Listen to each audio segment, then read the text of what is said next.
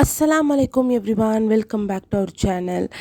ரொம்ப நாள் ஆச்சு வீடியோ போட்டு. ஸோ கொஞ்சம் பிஸி ஆகிட்டேன், அதனால தான் வீடியோ போட முடியல. ஸோ இனிமேல் கண்டிப்பாக டெய்லி அப்டேட்ஸ் வரும். இன்றைக்கி நம்ம ரொம்ப சூப்பரான ஒரு மட்டன் பிரியாணி தான் பார்க்க போகிறோம், திண்டுக்கல் ஸ்டைலு. ஸோ வீடியோவை மிஸ் பண்ணாமல் ஃபுல்லாக பாருங்கள். ஃபஸ்ட் நம்ம மட்டன் வேக வச்சு எடுத்துக்கலாம். 1/2 கிலோ அளவுக்கு நான் மட்டன் எடுத்திருக்கேன். அதில் நம்ம இப்போ தயிர் ஆட் பண்ணிக்கலாம். 1 டேபிள் ஸ்பூன் அளவுக்கு தயிர், 1 ஸ்பூன் உப்பு ஆட் பண்ணிக்கோங்க. 1 ஸ்பூன் மிளகாய் தூள் ஆட் பண்ணிக்கலாம்.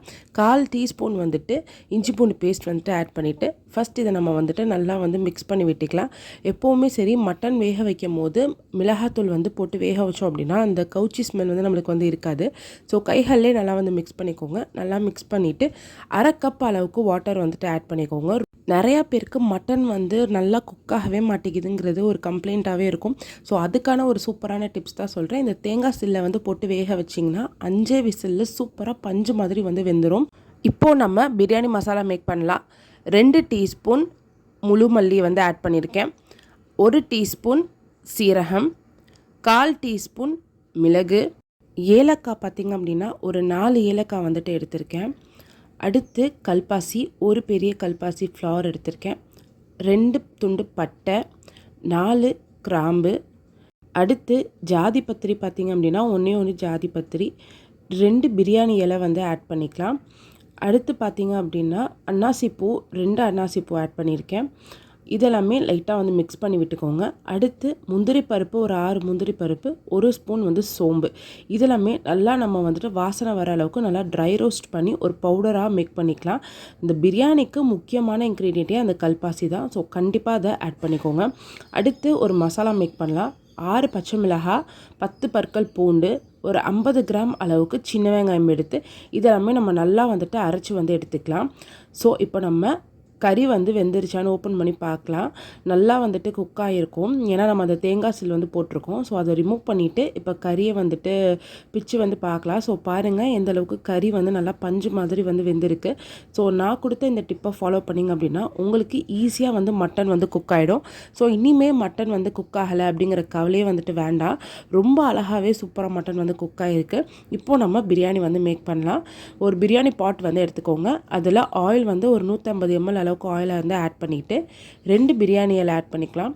3 ஏலக்காய், 3 கிராம்பு, 2 பட்டை. இப்போது இதில் நம்ம அரைச்சி வச்சுருந்த அந்த வெங்காயத்தை ஆட் பண்ணிக்கலாம். ஸோ பேஸ்ட்டாக அரைச்சாச்சு இல்லையா, ஸோ அதுதான் இதில் ஆட் பண்ண போகிறோம். இந்த பிரியாணியை பொறுத்த வரைக்கும் நம்ம வெங்காயம் ஃபைனாக சாப் பண்ணி ஆட் பண்ணணும் அப்படிங்கிறது கிடையாது. இந்த மாதிரி நம்ம அரைச்சி தான் நம்ம ஆட் பண்ணணும். அப்போ தான் நல்லா டேஸ்ட்டாக இருக்கும். அடுத்து இஞ்சி பூண்டு பேஸ்ட் பார்த்திங்க அப்படின்னா ஒரு 3 டேபிள் ஸ்பூன் அளவுக்கு நான் ஆட் பண்ணுறேன். ஆல்ரெடி நம்ம அதில் பூண்டு ஆட் பண்ணியிருக்கோம். அதனால நம்ம இந்த அளவுகள் ஆட் பண்ணால் இதுவே கரெக்டாக இருக்கும். ஸோ இதில் நிறையா இஞ்சி பூண்டு பேஸ்ட் போட தேவை கிடையாது. நல்லா வதக்கி விட்டுக்கோங்க. அந்த பச்சை வாசனை போகிற அளவுக்கு நல்லா மிக்ஸ் பண்ணிக்கலாம். இப்போ அடுத்து ஒரு கை அளவுக்கு மல்லி புதினா ரெண்டுமே சேர்த்து நான் ஒரு கை அளவுக்கு ஆட் பண்ணியிருக்கேன். அதையும் நம்ம நல்லா மிக்ஸ் பண்ணி விட்டுக்கலாம். நெக்ஸ்ட் இதில் தக்காளி ஆட் பண்ணலாம். தக்காளி பார்த்திங்க அப்படின்னா 2 பெரிய தக்காளி நல்லா பழுத்தது தான், அது ரெண்டுமே நான் ஆட் பண்ணியிருக்கேன். இதையுமே நம்ம நல்லா மிக்ஸ் பண்ணி விட்டுக்கலாம். நல்லா தக்காளி மசிஞ்சு வரணும், அந்த அளவுக்கு நல்லா வதக்கி விட்டுக்கோங்க. அப்போ தான் நல்லா டேஸ்ட்டாக இருக்கும். இப்போது இதில் மிளகாய் தூள் ஆட் பண்ணலாம். ஒரே 1 டேபிள் ஸ்பூன் அளவுக்கு மிளகாய் தூள் ஆட் பண்ணிவிட்டு நம்ம வறுத்து அரைச்சி வச்சுருக்க அந்த பிரியாணி மசாலா ஆட் பண்ணிக்கலாம். நான் ஆட் பண்ணியிருக்க அந்த பிரியாணி மசாலா பார்த்திங்க அப்படின்னா நம்ம வறுத்தது கரெக்டாக 50 கிராம் தான் இருக்கும். நான் சொன்ன அளவுகள் எடுத்திங்க அப்படின்னா 1/2 கிலோ அளவுக்கு மட்டன் பிரியாணிக்கு அந்த மசாலா அப்படியே நீங்கள் ஆட் பண்ணிக்கலாம். பர்ஃபெக்டாக இருக்கும். நல்லா வதக்கினதுக்கப்புறம் தயிர் ஆட் பண்ணிக்கலாம். தயிர் ஒரு 50 ml அளவுக்கு ஆட் பண்ணால் போதும். ஆல்ரெடி நம்ம மட்டன் குக் பண்ணும்போது தயிர் ஊற்றி தான் குக் பண்ணியிருக்கோம். அதனால் நிறைய தயிர் ஆட் பண்ணணும்னு அவசியம் கிடையாது. நல்லா கிளறி விட்டுக்கோங்க. மசாலா எல்லாமே நல்லா ஒன்றா சேர்ந்து வரட்டும். இப்போது இதில் நம்ம வேக வச்ச மட்டனை அப்படியே ஆட் பண்ணிக்கலாம். எனக்கு வேக வச்சதில் தண்ணி ரொம்ப கிடையாது. ஸோ அதனால் அந்த தண்ணியோடையே நான் சேர்த்து ஆட் பண்ணிட்டேன். சப்போஸ் உங்களுக்கு வாட்டர் நிறையா இருந்துச்சு அப்படின்னா வாட்டரை தனியாக எடுத்து வச்சுக்கோங்க. நம்ம ரைஸ் குக் பண்ணும்போது அந்த வாட்டரை அளந்து அதிலே ஆட் பண்ணிக்கோங்க. நல்லா கொதிச்சிருச்சு. இப்போது இதில் கல்லுப்பு ஆட் பண்ணிக்கலாம். நான் 1.5 டேபிள் டேபிள் ஸ்பூன் அளவுக்கு கல்லுப்பு வந்து ஆட் பண்ணியிருக்கேன். இது வந்து பர்ஃபெக்டாக இருக்கும். இல்லைனா உங்களோட 4 விரல்களுக்கு வர அளவுக்கு வந்து எடுத்துக்கோங்க. சரியான அளவுகளில் வந்துட்டு இருக்கும். நல்லா எண்ணெய் பிரிஞ்சு வந்துருச்சு. இப்போது இதில் நம்ம தண்ணி ஆட் பண்ணிக்கலாம். நான் வந்து 2.5 கப் அளவுக்கு தண்ணி வந்து ஆட் பண்ணியிருக்கேன். நான் எடுத்திருக்க அரிசி பார்த்தீங்க அப்படின்னா சீரக சம்பா அரிசி தான் எடுத்திருக்கேன். 2 கப் அரிசிக்கு நான் வந்து 2.5 கப் அளவுக்கு தான் தண்ணி எடுத்திருக்கேன். ஸோ இந்த அளவுகள் எடுத்தால் தான் உங்களுக்கு பிரியாணி நல்லா பொல பொலன்னு பூ மாதிரி வரும். நல்லா தண்ணியை வந்து இந்த மாதிரி கொதிக்க வச்சுக்கோங்க. நல்லா கொதிச்சதுக்கப்புறம் தான் நம்ம அரிசி வந்து கொட்டணும். நல்லா அரிசியை கழுவி நான் வந்து 15 நிமிஷம் வந்து ஊற வச்சுருக்கேன்.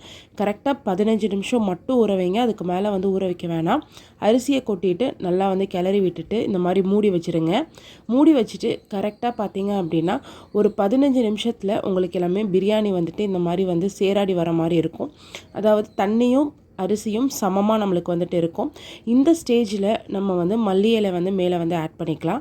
மல்லி இலை ஆட் பண்ணிவிட்டு இப்போ இதை அகைன் வந்து நம்ம மூடி போட்டு கரெக்டாக வந்து ஒரு 15லேருந்து 20 நிமிஷங்கள் வந்து வச்சிட்டோம் அப்படின்னா ஒரு சூப்பரான ஒரு மட்டன் பிரியாணி ரெடி.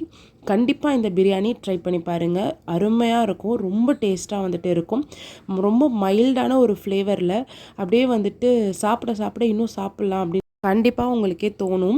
மழை காலத்தில் சுட சுட பிரியாணி அது கூட ரைட்டாக வச்சு சாப்பிட்டா வேறு லெவல் காம்பினேஷனாக இருக்கும். கண்டிப்பாக இந்த திண்டுக்கல் மட்டன் பிரியாணி ட்ரை பண்ணி பாருங்கள்.